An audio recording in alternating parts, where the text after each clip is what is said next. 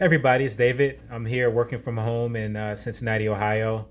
Just got back from my morning walk, which was very interesting. Was nobody out. It was a little bit of overcast, so I was a little disappointed that there wasn't any sun out, so I can take some pictures of flowers. But that gave me the idea of doing this video, which should be very interesting. Sometimes we're not in a situation where we can take advantage of the sun and like perfect lighting. So if it's not perfect lighting, what do you do? And I think that's one of the biggest advantages that you have with like the S series and especially the S20 Plus or S20 Ultra or S20.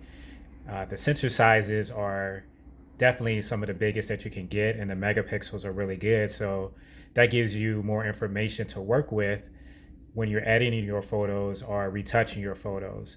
So why don't we go ahead and jump into my photo gallery and you can kind of see what I've done today. So I'm going to go home. So pardon me as I disappear and go into my gallery. And then I'm going to turn on my face here so you can see me a little bit. All right, so first I want to show off the space zoom. I have the S20 Plus, so it has 30 zoom. So I'm going to open up this picture. So this is wide. And then I'm going progressively towards zooming in. That's absolutely amazing. That's like in the middle of the river. I have some other ones too that was pretty spectacular. I was walking back to my car and I was like, wow, this is a great picture. And then I thought I saw something on the building, but I wasn't sure. So I started to zoom in progressively. And this is what I saw. Actually got a chance to see two guys working on the building, which is absolutely amazing. That's like a couple of blocks away at least, probably like a mile away. And the S20 Plus is able to actually see that. So that's the power of the zoom. But let's go ahead and see some of the power of having like a higher megapixel and a bigger sensor. So let's go to one of the flowers. Yeah, let's go to this one. So I'm going to open this up in one of my favorite apps. It's called Snapseed. And let's see if we can retouch this and re-edit it to make it look a little bit more like springtime. So the first thing you see here is, let me move this up too so this won't get in the way. So the first thing you see is a nice flower. It's a pretty good picture. And that's what I love about having zoom power. This was, even though it looked close, it was still far away from like a normal vantage point. So I was able to use zoom and get in real tight and blur out the background and still get a nice high quality photo.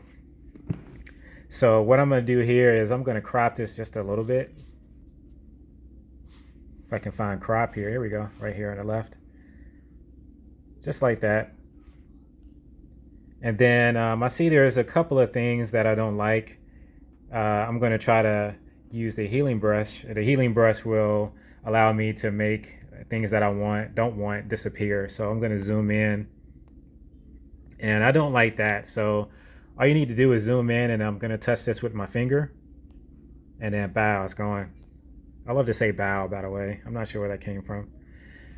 Some other things that I don't like is at the bottom of the flower, there's some lines and stuff like that. So let's go ahead and zoom in on this and see if we can make this disappear. So I'm gonna just do like this.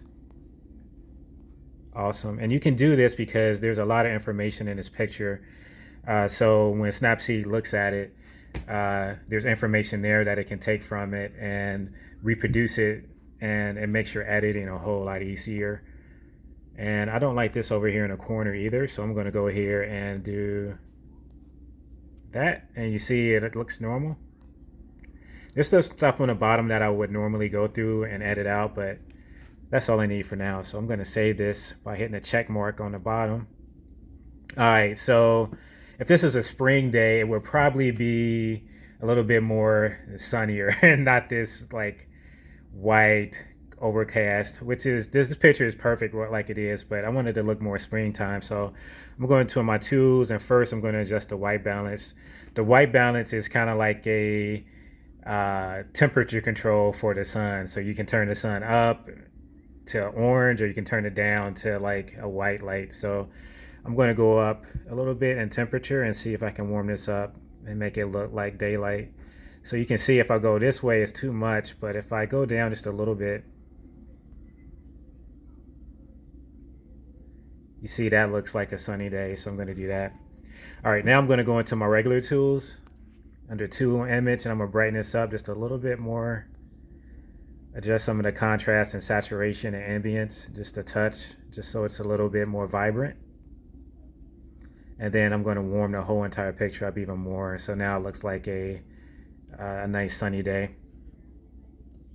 All right, and then I'm going to use my first trick to ever learn. If you use a vignette on anything, it's going to make it look better almost. So I'm going to use a vignette, brighten that up. And then that's it. Everything looks nice. And then let's see, if I hold this down with my finger, you can see the difference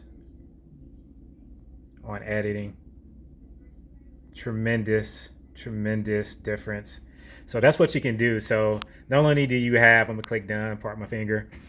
Not only do you have the ability to take like up to a 30 zoom and get pretty much pictures from miles away, but utilizing the high megapixel, this one has 64 megapixels, and utilizing that really big sensor on there gives you advantage as far as editing and making what was like a cloudy day a sunny day. So I hope this helped. If you have any more questions, just hit me up through DM, and I'll see everybody later. Bye.